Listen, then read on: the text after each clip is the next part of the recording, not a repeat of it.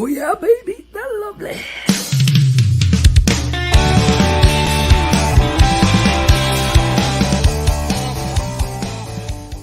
We now wander off the beaten path with an update from the Reefer Reporter. Hello and welcome to the Reefer Reporters with News Hawks, Reverend Kelly, and myself, Al Graham. It's May the 19th, 2022, and we are live here at the Legacy420.com news desk and on the network's Facebook and YouTube pages, and we're podcasted afterwards at paceradio.net. Good morning, Reverend Kelly. How you doing this Thursday morning? Good morning. I'm so confused. It's not Monday. It's Thursday. I'm here. This is weird. I don't understand what's going on. Yes, for our regular watchers and listeners, Glenn is normally here on Thursday, but as you heard last week, Glenn got his motorcycle license and he bought a motorcycle. Glenn lives in New Brunswick, and he bought a motorcycle here in Ontario. Actually, it's in my neighborhood and your neighborhood too, Reverend Kelly, because he's going to Peterborough. Yeah. He's picking it up this morning and he's turning around and driving straight back to New Brunswick. That's brave. That's brave. Yeah. I like that. And that. how's your weather this morning? Yeah. Well, it's a little bit rainy. Rainy, I hope he stays warm on his trip. That's what I'm thinking too. Geez, first ride out on the new bike. Yeah. And it's raining on him. Good for him. Around here. But he him. arrived in the Ottawa area yesterday and was getting the ride over here to Peterborough. Very so good. You're filling in for him. And we got to do things quickly today because you've got a meeting to attend at 11 o'clock. It's a busy day. And the lounge is open. So and the I'm lounge in the is lounge, open. That's and right. the lounge is open. So anything could happen. So sorry if somebody comes in looking for some rolling papers or a bong or something. I got to deal with it. Feel free to say, hey, be right back. All righty. Here we go with our first story of the day. And that says, Health Canada still hasn't officially begun the Cannabis Act's 3-year review.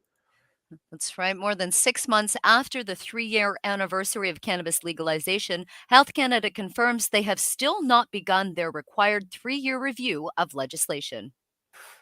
When the Cannabis Act was created, the requirement baked into the new law was that 3 years after it became law, the Ministry of Health would be required to begin a review of the Act and its administration and operation.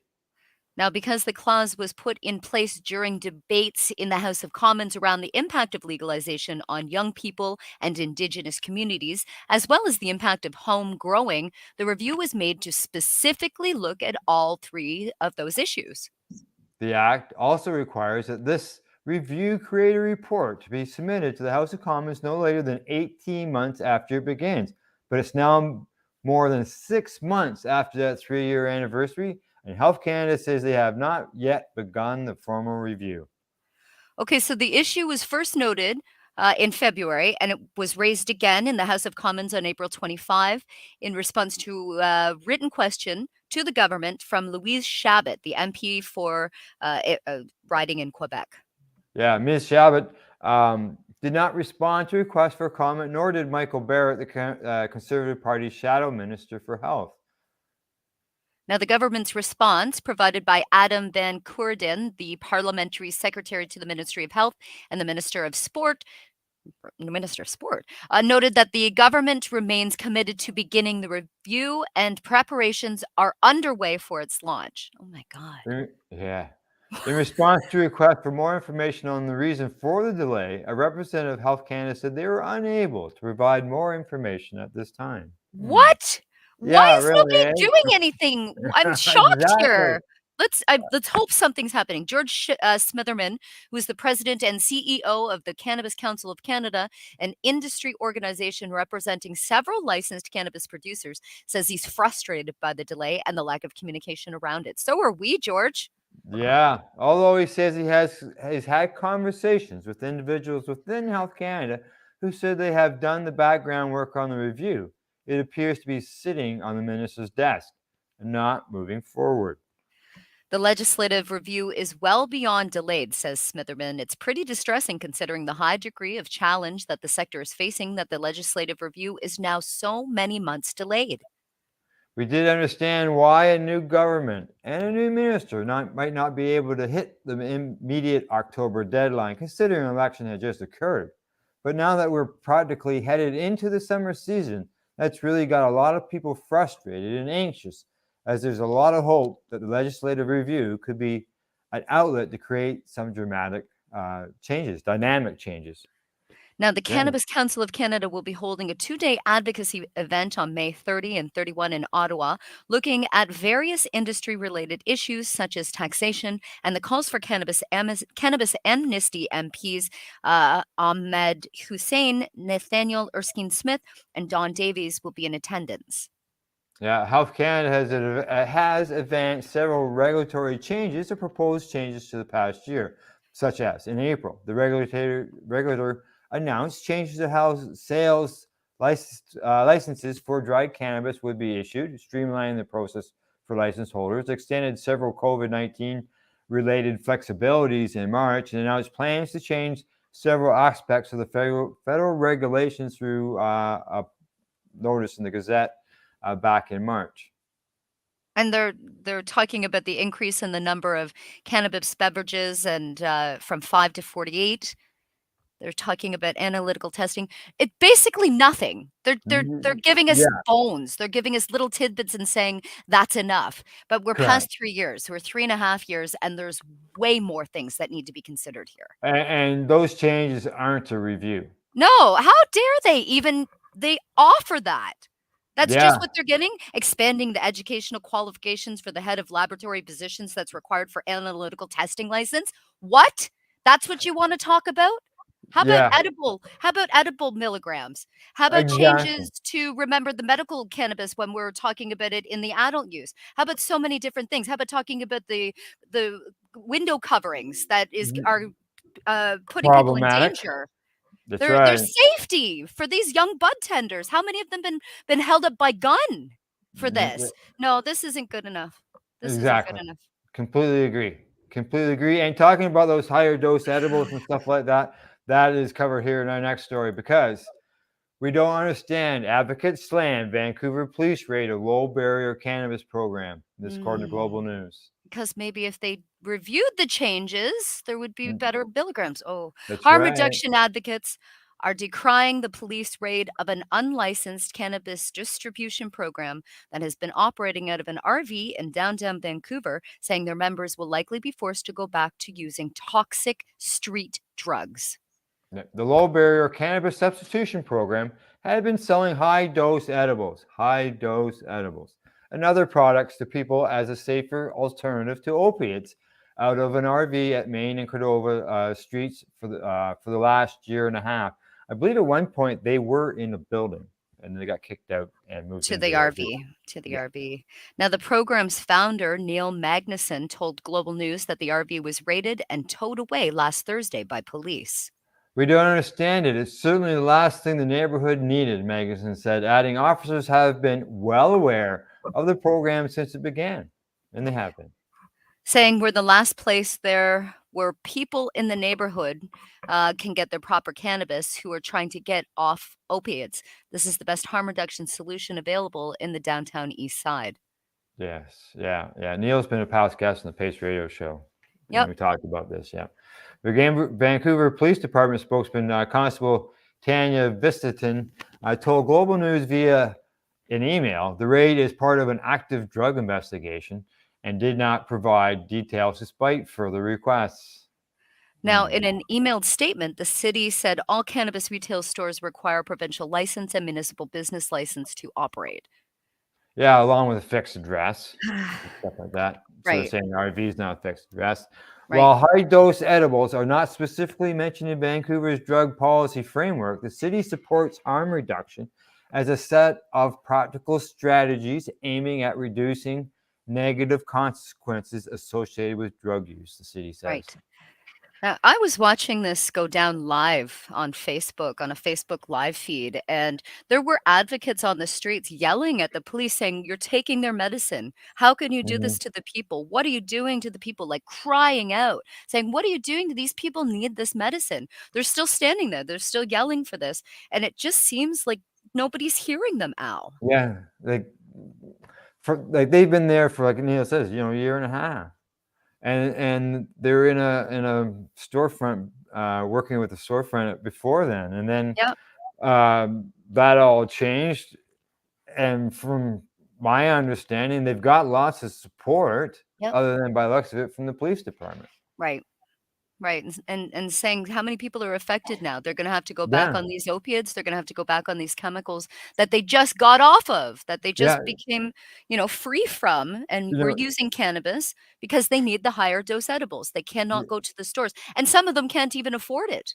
exactly. And Neil is all about low barrier access. Yep. It's high dose edibles, but low barrier, and low barrier is affordable, low price, just barely cover the costs. Why would you be in an RV? And I can tell you, it's not a big luxury RV. Nope.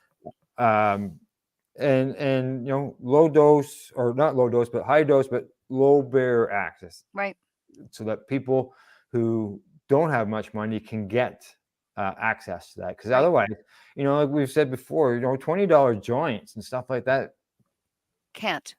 they No. can't do that. No. No. And to use cannabis for harm reduction, you need it in a very high THC concentration. Right. That's very expensive to do.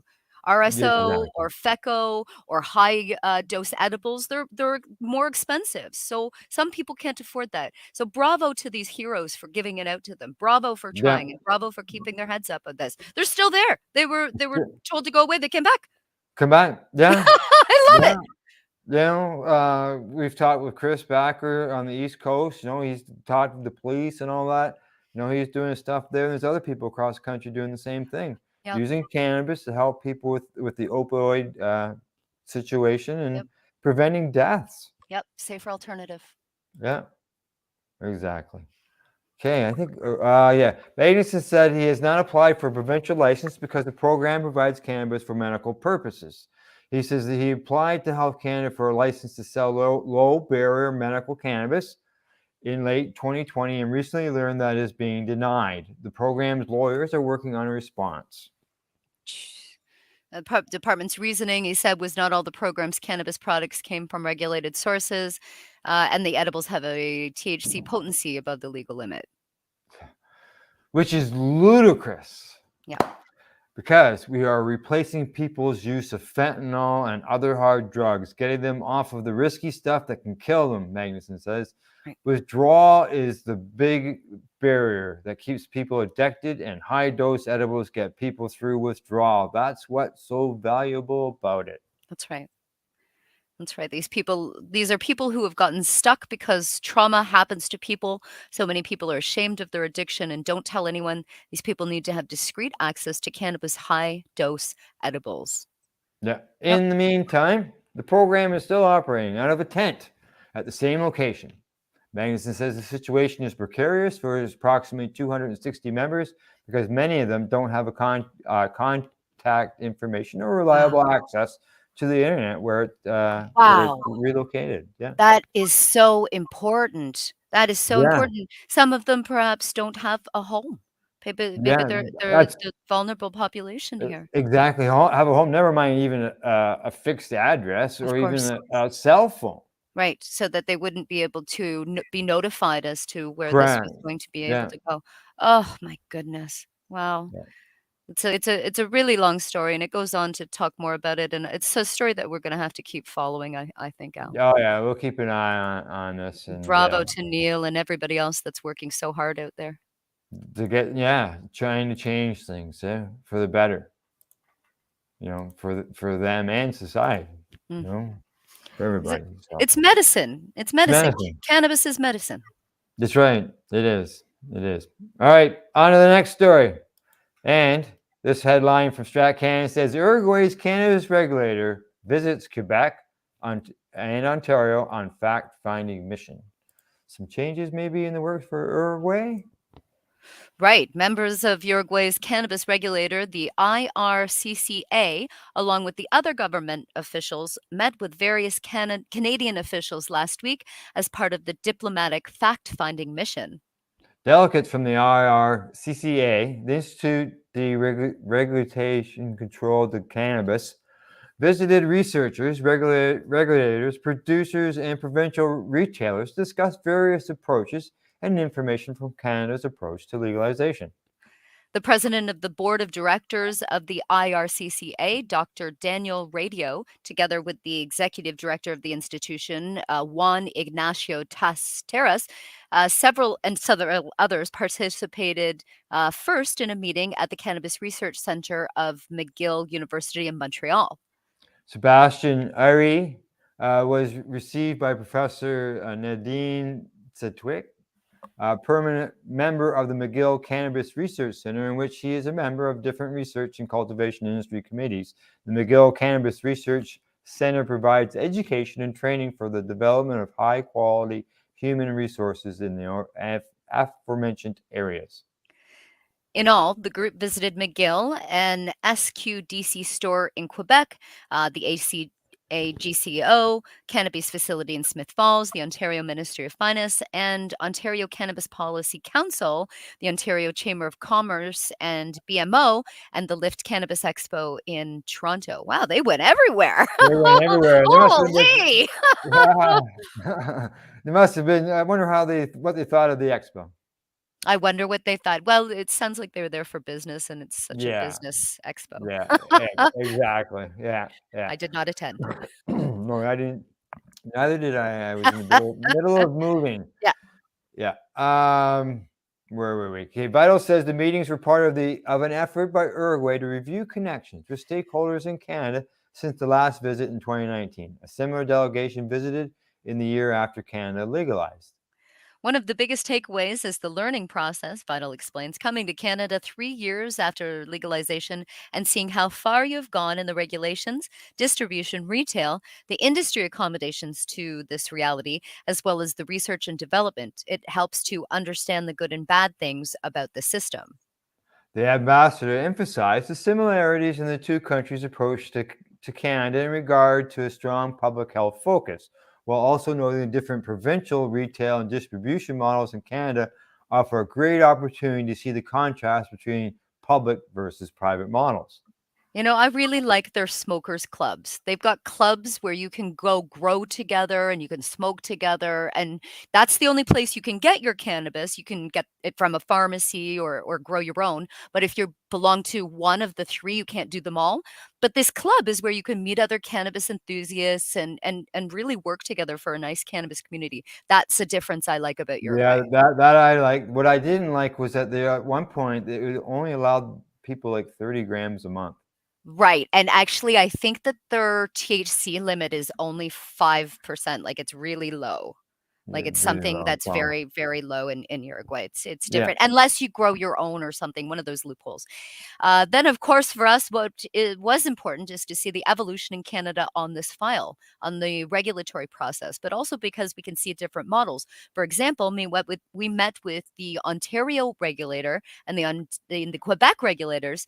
This is a very good example because you can see more liberal model and a more conservative approach. Yeah. That's putting it lightly. What happens in Quebec is draconian. Oh my Other God. issues both Canada and Uruguay share, explains, are challenges for legal companies when it comes to accessing banking and the need for more collaboration when it comes to cannabis research.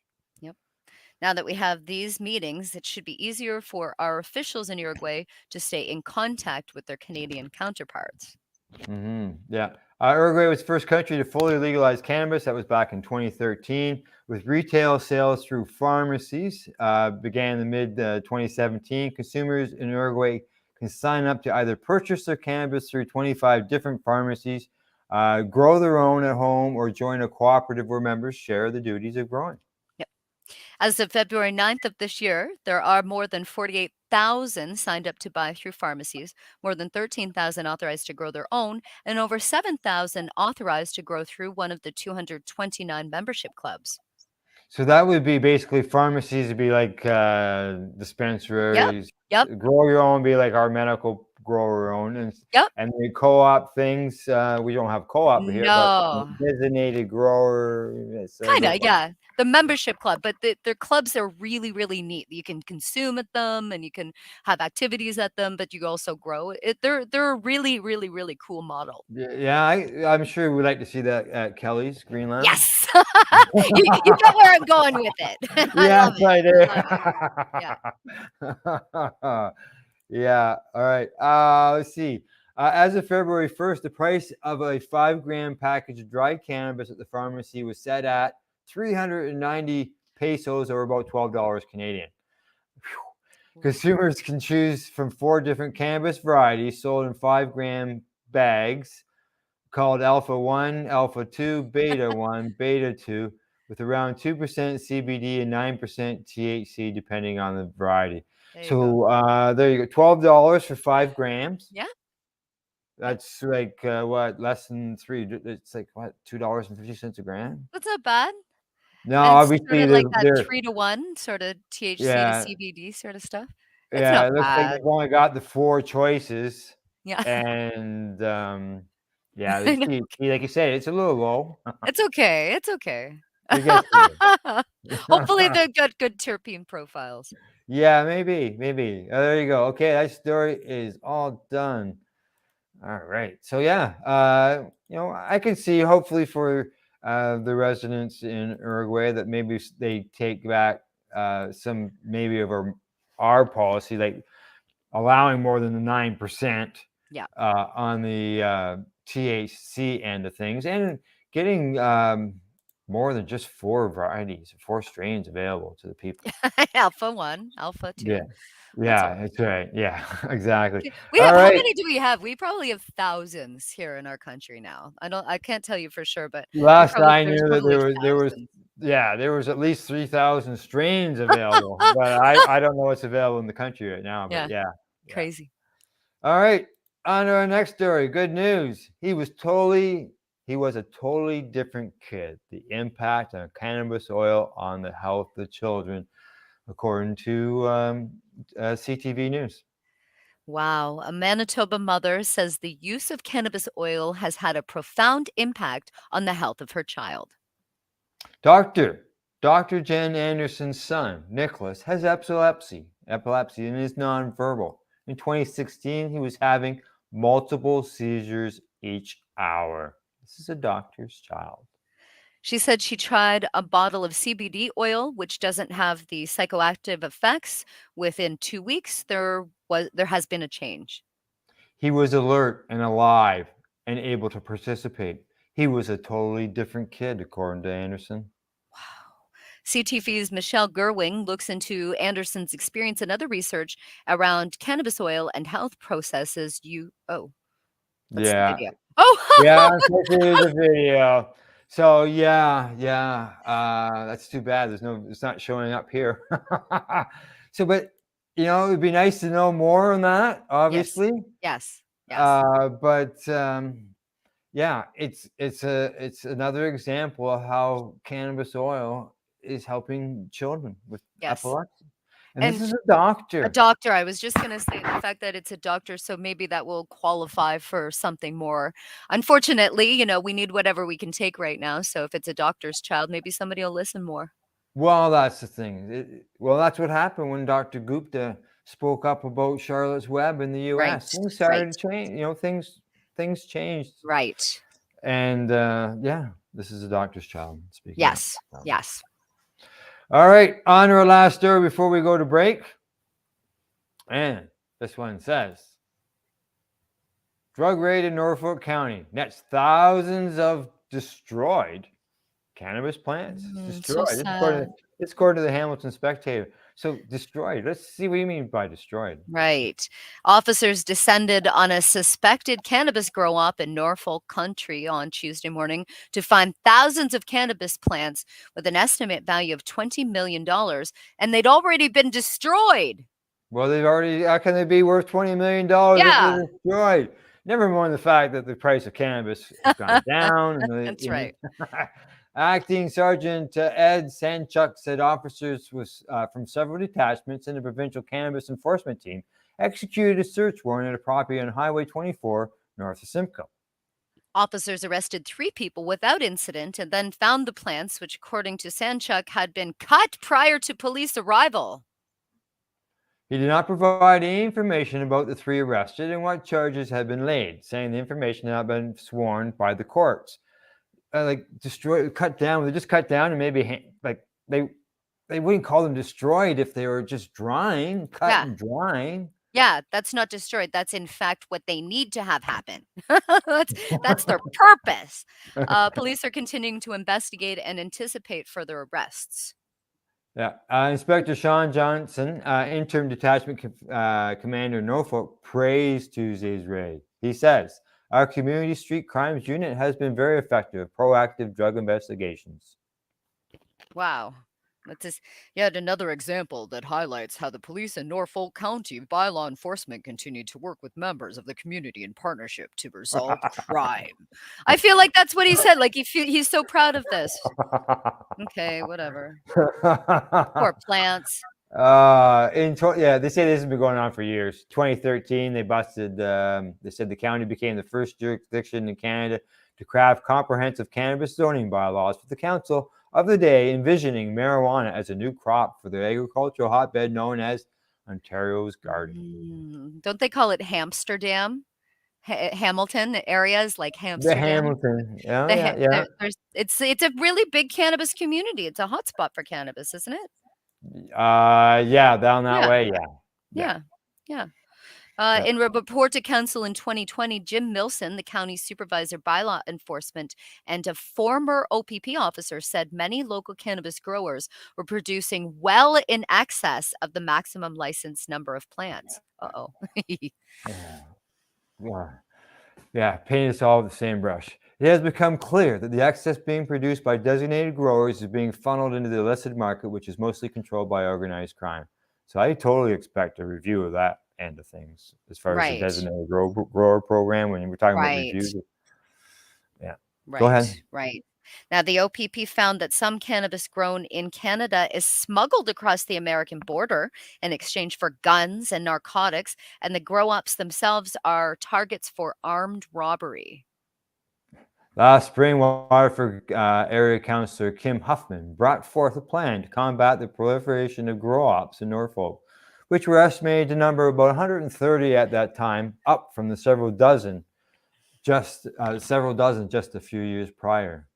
Now, the plan called for an open line between bylaw officers and residents suffering the effects of living near the grow ops, along with stepped up enforcement of building code provisions and setback rules. Police would be brought in if producers were exceeding the legal limit or there was other evidence of criminality. Kelly, I don't know how a neighbor can tell whether somebody's overgrowing the legal limit if it's growing inside. Yeah. Or whether it's even growing outside unless they see the person's paperwork. That's right. They would have to check. Yeah. Tuesday's raid recalls a major pot bust in August 2020 that police seized 60,000 illegal cannabis plants from the same area. 42 million in 11 municipalities is what they got in that bust. Yeah. So this is close to that. Yeah, it is. Yeah, it's close to them. Yep. Yep. So there you go. Destroyed. Wonder, were they... Yeah, I'm just curious how they were destroyed. Oh, I know how it was. Kitty litter. Yeah. They put it on the kitty litter. Yeah. Did as the government told them to do. Put it in the kitty litter. That's right. Yeah. It's so silly. That's right. All right. Off to break we go. It's medication time. Reverend Kelly and I will be right back after our joint session. You're watching the Reefer Reporters. We're live here on Facebook, YouTube, or maybe you're listening to the audio afterwards at our podcast at paceradio.net. You're listening to the Pace Radio Network here at paceradio.net.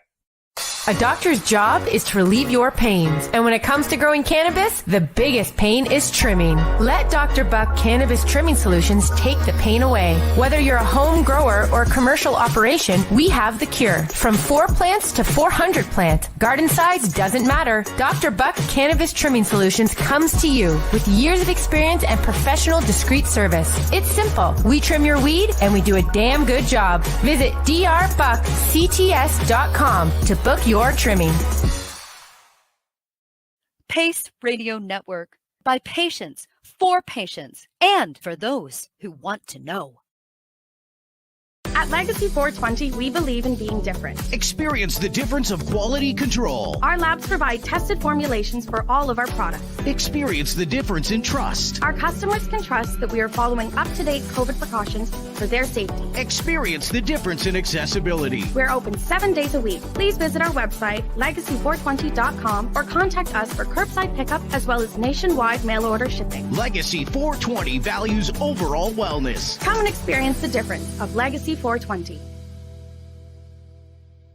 Did you know that the Pace Radio Network isn't just a radio network? That's right, because most, but not all of our programming is now done via video and is then podcasted at paceradio.net. So if you want to watch, yes, watch our programming, you'll find us on the Pace Radio Network's Facebook page, plus the show's own page, and you'll find us live on the network's YouTube channel.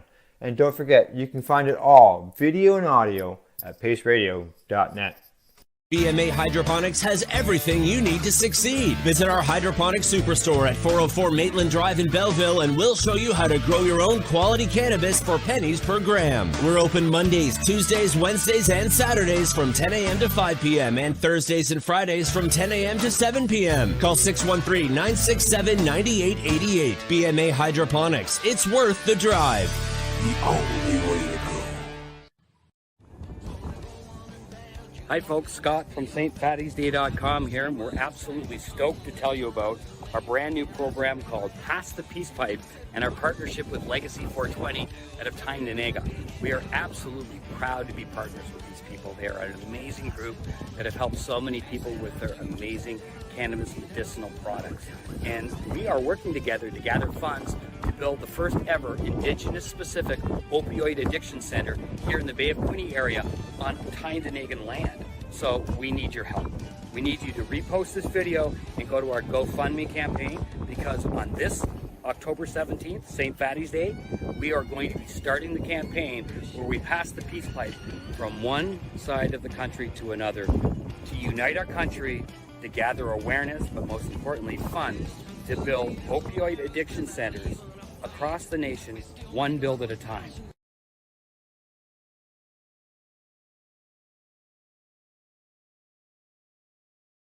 You're listening to the Pace Radio Network here at paceradio.net. Hey, we're back from our medication session, and we're live here on Facebook, YouTube, and podcast at paceradio.net. Well, Reverend Kelly, we've got a few more stories to go, and I think we're going to get done in time for you to make your meeting, too. I think so. All righty, here we go. First story after the break. ADC partners with Alt Magic to launch the first WebXR Cannabis Store in Metaverse. Oh, Kelly, you and I were talking about stuff like this. Woohoo! It's so exciting. That's right. It's a leading cannabis distribution company, and they've announced their partnership with Alt Magic to present the first ever WebXR Cannabis Store. The store allows users to talk with like-minded people in the metaverse using their VR headset. Even if they don't have a VR headset, they can use their smartphone, tablet, or computer to enjoy the WebXR experience. I'm going to say VR is virtual reality. Yes. Yeah. Yep. It's the first time that people on all major devices will be able to enter a cannabis store, pick up their products, review ingredients, and make purchases from the metaverse. I'm so excited. ADC showcased and launched the cannabis store to thousands of people during 420 and is now sharing the cannabis shop with the rest of the world. Next up, ADC will be launching live podcasts with top cannabis experts and industry leaders to provide education in a way that has never been done before. ADC is a manufacturer and distributor of alternative cannabinoid products, include CBD, Delta-8, CBN, CBG, THCV, THCO, and HHC. I have never heard of HHC. That is a new cannabinoid for me. I've not heard of that one. Okay. No, neither have I. The company itself was founded by Michael Rich, nice last name, an entrepreneur and cannabis enthusiast for more than 20 years. He moved from Vancouver Island to the U.S. 4 years ago and has worked and consulted many of the most respected, responsible cannabis brands that people trust. ADC is now innovating the space by operating the first Web 3.0 store accessible by all devices. Previous to the cannabis business, he focused on direct-to-consumer marketing, working with over 100 of the top Fortune 500 companies. Wow. Yeah. And it just goes on to talk about ADC and how to Right. contact him. Now, So, wow. okay, now it says here something about where was that line? Pick up their products. Yep. How do you pick up a product in a virtual world? Like if It's you're so sitting cool. here, if I'm sitting here at my kitchen table Yep. with my goggles on, how Yep. do I end up with my cannabis in front of me at home? They bring it to you. So, So and there's a delivery. it's a delivery. It involves a Yeah. delivery the way they have like delivery food apps, Uber Eats and Yeah. stuff. So it's Yeah. sort of like that because right now in the metaverse, you can put your headset on and you can go to McDonald's and you can talk to the McDonald's robot or whatever, the virtual McDonald's, order your Big Mac, and it's brought to you by the Uber Eats company. So very similar to the cannabis situation. If you're in a city, and I'm guessing it's an American city because I Yeah. haven't heard it happening in Canada yet, No. then they'll bring your delivery. It's sort of that process of plan. Something we'll see happening in the next couple of years out for sure. Yeah. It Yeah, just 'cause brought like to your door. Yeah, because here in Ontario, they have delivery, but it can't be third party. It has to be an employee at the store, and it has to be Right. ordered at that store. Right. But who knows? Down the road, things change, right? Right. Right. Yep. And that's the wave of the future. That's right. Exactly. Exactly. Well, it's getting there, right? Yes. Don't forget, we used to all just be on the bottom of a shoe. Yeah, that's right. Get smart, Yeah. Now Yeah. look where we are. Yeah. Now look where we are. Yeah. All right. On to the next story. This one comes to us from Israel. And that is because over there, the first ever export of Israel medical cannabis seeds heads to the U.S., according to the Times of Israel. That's Heads to right. the U.S. That's right. I'm just curious because it being federal, illegal, right? And there must be magic seeds because they're Must coming be from magic seeds. All right. Israel. It's the first ever export shipment of Israeli cannabis seeds, and it's left for the U.S. It's according to the Agricultural Ministry, saying in a statement Wednesday, hailing the move as a major step towards becoming a global pioneer in the field. Efforts to arrange their experimental and initial shipment, which departed on Tuesday night, have been ongoing for the past year. The cargo contains seeds from the local Better Seeds Company, which has a research license from the Health Ministry. They will be examined on arrival to verify their sustainability for the U.S. market, the ministry said. Israel has the ability to make its mark on the industry and be among the world's leaders. That comes from Agricultural Minister Oded Forer.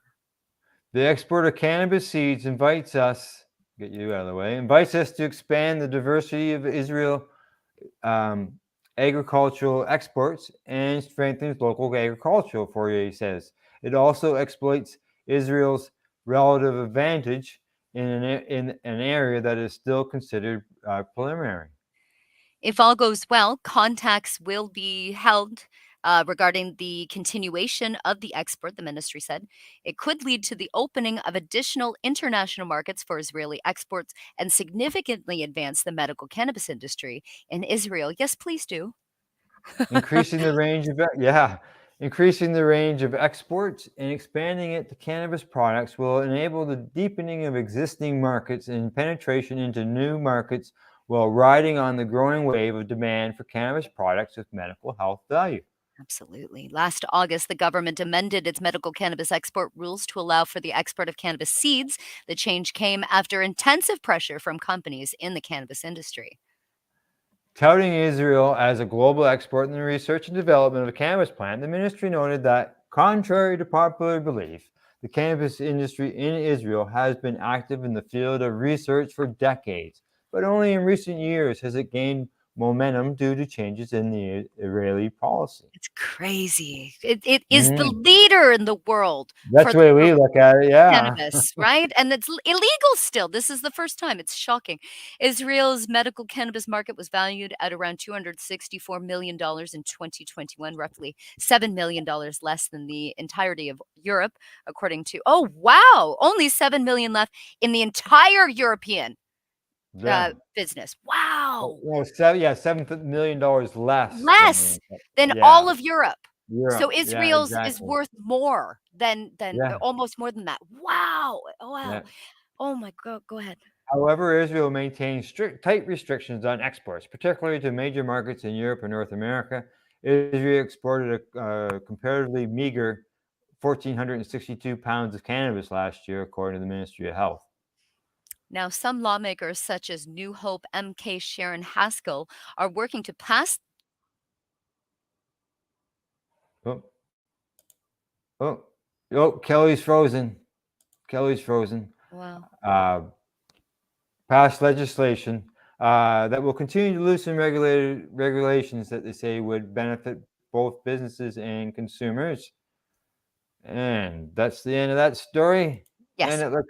Oh, you're back. Was I frozen? Uh-oh. Yeah. You stopped midstream. You froze. I looked at you. Okay. You had a funny face. Oh, thanks so much. Now Hi. you know what that story didn't explain to me Yeah. is when you cross into the U.S., you're crossing a federal border. Hmm. And as you know, cannabis, including seeds, which are considered cannabis in the U.S., Yep. is illegal. It doesn't Yes. explain how they got through the federal government, through the border, to be allowed to get to the U.S. They're Even as saying, medicinal, even in yeah, medicinal, they just federal doesn't. Cannabis is cannabis. They don't discriminate either way. So right. Right. how do they It get didn't into say this? where it was going, though. So No, I other than don't know. U.S. I don't Yeah, know. Must yeah. be some sort of loosened rule Who somewhere to knows? allow for it. Yeah, They're yeah. smuggling them in. Smuggle them in. They're just putting it right out in the open there, right? Yeah. We're smuggling them in. We're not worried about the laws. I want some Israeli seeds. I'll smuggle some in. I feel like they're magic little beans. I feel Magic like beans. yeah, that's what it feels Yeah, like. yeah.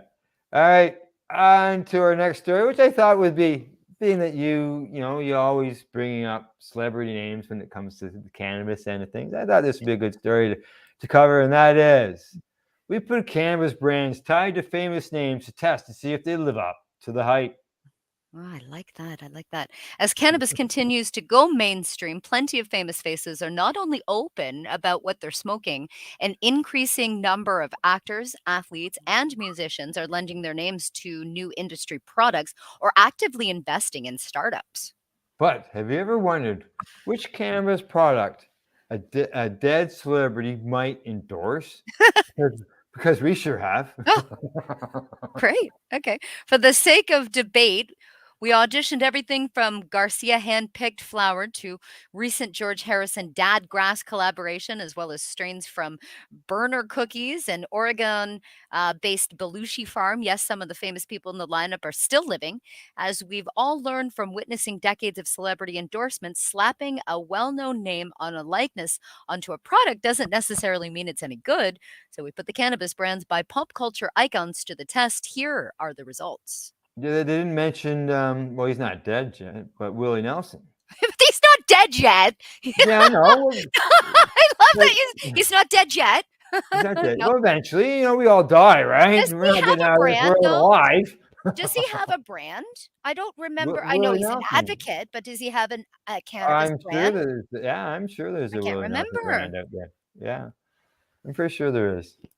I haven't got it in front of me to Yeah. tell you, but I'm gonna here look we it up. go. We got Gary Payton by Burner Cookies. Cookies seemed like a good place to start when it comes to celebrity-backed cannabis brand. The company was formed by Bay Area rapper Burner in 2018, responsible for the Girl Scout cookie strain that's become a household name. Yes, it has been. So on and so forth. They say Gary Payton is one of the cannabis top rated strains grown in collaboration with Buzz Genetics. Yeah, I've heard of this, and he's a popular rapper, so that's sort Yeah. of given power to that. They say the nugs are small in size, but still dense and sugary with crystal. Right. The next one is Mendo Trips by Garcia Handpicked. It's founded by Trixie Garcia, Jerry's daughter. It's partners with an area farm to cultivate a selection of familiar strains, and a number of growers. The company works with Sun Plus Earth certified, which is the gold standard when it comes to organic outdoor production. Mm-hmm. Yeah. Next is All Things Must Grass by George Harrison and Dadgrass. Let's see. They say the pre-rolls smoke smoothly, but the flavors and textures just leave too much to be desired. Ah, Even for a hemp enthusiast, these are too bland to get enthusiastic about. Would George Harrison smoke Dadgrass? We'll never know, but I like to think he'd be more into vaping Jerry Garcia Selects from a combustion-free volcano. I like that. So I'm obviously, picturing it. Yes, please. Let's talk about Nyla wafers from Belushi's farm, of course, Jim Belushi. It's a sweet, piney, dank cultivar with a rich, cottony exhale, bred from a cross of wedding cake and Sunday driver. Sunday driver. The result is a balanced expression of both bouncy and relaxing genetics, and Belushi's variation has a robust, fragrant terpene profile that evokes both a damp, evergreen forest and a sugary spiked diesel tank. I want it now. That's wow. Yeah, they say that. Yeah, exactly. They say that smoking after roughly half a joint, my high was more than anything responsive. The high never really veered towards spacey obliviation or hyperactive focus, but rather supported my resting mood. Say it's really tasty too. So Well, it obviously they sounds like that one. nice. Yeah, there you go. I've heard good Well, stuff about his grows. Yeah. Yeah. But do you know, Right. so we did the story on Monday about Woody Harrelson opening up that. Yes. Do you know who was there at the grand opening? Our friend Julie Yes, Chiarello, I've of seen a course. picture. I've Of seen the picture course. she posted. I love her. Yeah. She's spending all her time with celebrities now. It's so nice to watch her. I love it. Yeah. Amazing. And the magazine's just pounding out there, Yeah. getting stuff done. Skunk Magazine, of course, we're That's talking right. about. Exactly. All right, on to our last story of the day. Headline says Havn Life partners with nonprofit TheraPsil to bring safe access to psilocybin. And this is according to Mugglehead magazine. Whew. A biotechnology company and a nonprofit are joining forces to bring a safe source of psilocybin to patients wanting to receive psychedelics assisted therapy. Yeah, on Monday, Vancouver-based firm Havn Life Science announced a partnership with Vancouver-based nonprofit TheraPsil. Now, under the partnership, TheraPsil will support the healthcare professionals requesting psilocybin via the Special Access Program and get the psychedelics from Havn and other psychedelics dealers enrolled in the not-profits Project Solace. The project is an effort to secure a safe supply of psilocybin for patients in need and move Canada closer to legalizing psilocybin for medical purposes. Data collected through this project will help inform regulatory improvements. Wow, so interesting. On January 5th, Health Canada enacted amendments to its SAP, which allows patients suffering from a serious or life-threatening condition to access illicit drugs such as psychedelics for therapy when other treatments have failed or are unavailable. Yeah. In the past, patients, medical professionals, and advocates have expressed confusion over the steps the agency takes to determine who gets access to psilocybin.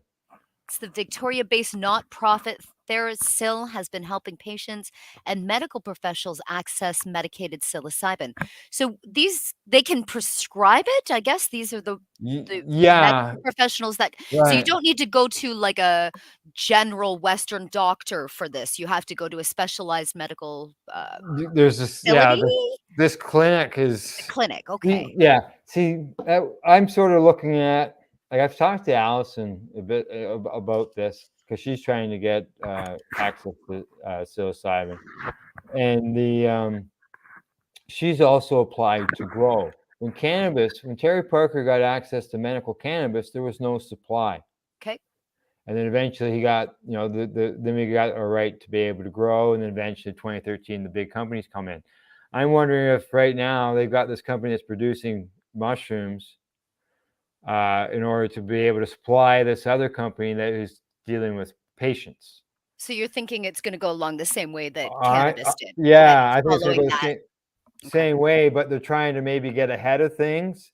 Instead of having They, people produce their own mushrooms yeah. at home, they're gonna have it produced and it would be distributed out through these Sort of clinics. skip that step because we already knew that that's not the right, and especially Yeah, so growing mushrooms is a lot different than growing cannabis. It's a yeah, lot more. Cannabis is a hardy plant. You can almost not kill it, but with mushrooms you have to be really, really careful. Clean area, and it takes a lot. I've tried. I failed like immediately, sterile. immensely. Yeah, you've got to be sterile, and there's because it's the mycelium network, which is the fungi network, and it sort of spores onto anything, and we're breathing in spores all the time from it. All the time, we're made up completely of the mycelium network and fungi, completely. So it's all spores everywhere. So anything can be toxic to these mushrooms. So you Yeah, have to be really careful, and you have to have specialized people grow it for yeah. you. Yep. So yeah, go on. Continue the story. The Havn Life CEO Tim Moore said the company feels well aligned with organizations like TheraPsil, who advocate for compassionate access to psilocybin assisted psychotherapy for Canadians in medical need, as well as making strides in creating a framework for what medicalized psilocybin may look like in the near future. Bingo. See, that's what I just said, didn't Right. I? Yes. Yeah. We are thrilled to participate in Project Solence, which aims to move the needle on regulatory guidelines in Canada. Patients' right advocate and TheraPsil CEO Spencer Hawkswell said that thousands of Canadians are in urgent need of psilocybin for medical purposes. Our goal with Project Solace is to make access easier for patients through Health Canada's preferred pathway, says the SAP. Yeah. With the support of Havn Life, a founding member of the Project Solence, patients in medical need will get streamlined access to safe supply of psilocybin and support from the therapy teams to facilitate their treatment. Good. So Well yeah, done. so I know what there at one time it was, they were issuing the Section 56 on them, and then they stopped. Yep. And there was some announcement. So this looks like this has been the replacement for that Section 56. They're saying basically, yeah, this is the spot. If you want your psilocybin, this is what you're going to have to go through to get it. Yes. Yep. And this is that supplier. And I hear they're looking right now for people that are willing to be part of studies. Yeah. They're looking for humans that either have benefited already or think that they could benefit from psilocybin treatments And and therapy. there was something there about the medical end and collecting research and stuff. And I can see once that information, there's information out there now, but once it comes out more and more, Yeah. I can see our friends in the indigenous communities Yes. adding mushrooms to their counters, to their I hope that shelves, happens. I hope that because happens. it'd be a natural plant remedy, and it's the Yeah. same thing, right? Yeah. I want them to give me a lot of money to study, and I'll just take a lot of mushrooms for them. So like I'll take as many as they want, and then they'll just give me some money for it, and I'll just sit there and float around in space. In the metaverse. I'll go into the You'll be in the metaverse. metaverse. Hey, mushrooms Yeah. in the metaverse. Come on, I'll do it. I'll do whatever you need. Just give me the mushrooms to float. Could you imagine? How much would they give you, like, to do the studies? Probably a lot. You'd I- probably have to go float around for a little while. I Yeah, love that who knows? idea. Yeah, I haven't got a clue how that would be I'll all be their woven. guinea pig. Microdosing, all that stuff. Yeah. It sounds fun. All righty. Well, you've got a meeting in about 5 minutes. Yes. Quickly, anything you want to mention for this weekend at the lounge? Do you know who is Long- coming to our poker party? No. Green who? Irene. Green Irene. She's coming down. Is She's she coming. down? I'm All so right. excited. We're having a little poker party celebrating the Canna Witch's birthday on Saturday at the lounge. So if anybody's in the area of Orono and would like to come by, we'd love to see everybody. Good stuff. And just a quick note before you leave. I talked to Dr. Buck yesterday. He's got some of his salves and lotions all tested at Legacy 420. Okay. QR code on his product. You scan it and it goes right to his certificate of analysis so everybody can see it. And we're going to be giving some away here on the Pace Radio Network. He Wonderful. told me he's going to give me some. I'm going to pick it up next week. And we're going to start giving some away to some patients. Contest time. Oh, Cool. yeah. All righty. Good stuff. We'll let you go and we'll talk to you on Monday. We're off. Monday. Oh, So we're off Monday- on Monday. Long weekend. Okay. Well, happy long Victoria of the Queen firework time.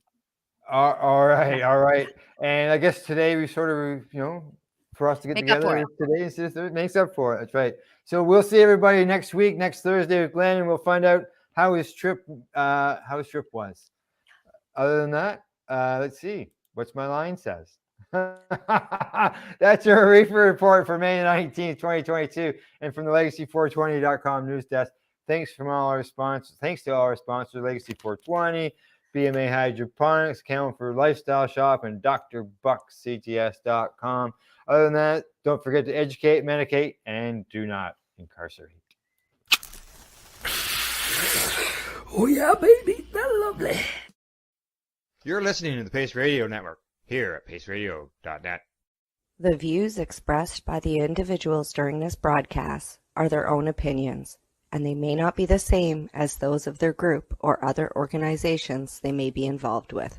BMA Hydroponics has everything you need to succeed. Visit our Hydroponics Superstore at 404 Maitland Drive in Belleville, and we'll show you how to grow your own quality cannabis for pennies per gram. We're open Mondays, Tuesdays, Wednesdays, and Saturdays from 10 a.m. to 5 p.m. and Thursdays and Fridays from 10 a.m. to 7 p.m. Call 613-967-9888. BMA Hydroponics. It's worth the drive. The only way to go. At Legacy 420, we believe in being different. Experience the difference of quality control. Our labs provide tested formulations for all of our products. Experience the difference in trust. Our customers can trust that we are following up-to-date COVID precautions for their safety. Experience the difference in accessibility. We're open 7 days a week. Please visit our website, legacy420.com, or contact us for curbside pickup as well as nationwide mail order shipping. Legacy 420 values overall wellness. Come and experience the difference of Legacy 420. Did you know that the Pace Radio Network isn't just a radio network? That's right, because most, but not all of our programming is now done via video and is then podcasted at paceradio.net. So if you want to watch our programming, you'll find us on the Pace Radio Network's Facebook page, plus the show's own page, and you'll find us live on the network's YouTube channel. And don't forget, you can find it all, video and audio, at paceradio.net. A doctor's job is to relieve your pains. And when it comes to growing cannabis, the biggest pain is trimming. Let Dr. Buck Cannabis Trimming Solutions take the pain away. Whether you're a home grower or a commercial operation, we have the cure. From 4 plants to 400 plants, garden size doesn't matter. Dr. Buck Cannabis Trimming Solutions comes to you with years of experience and professional discreet service. It's simple. We trim your weed and we do a damn good job. Visit drbuckscts.com to book your trimming. Enjoy the buzz of legalization with Campbellford Lifestyle Shop. From lights to plant nutrients, books, consumption accessories, and more, we've got all your basics to grow or consume cannabis. Visit our info center or take a look at our piercing services and body jewelry, now available in-store through Campbellford Lifestyle Shop, 17 Bridge Street West, Campbellford. You're listening to the Pace Radio Network here at paceradio.net.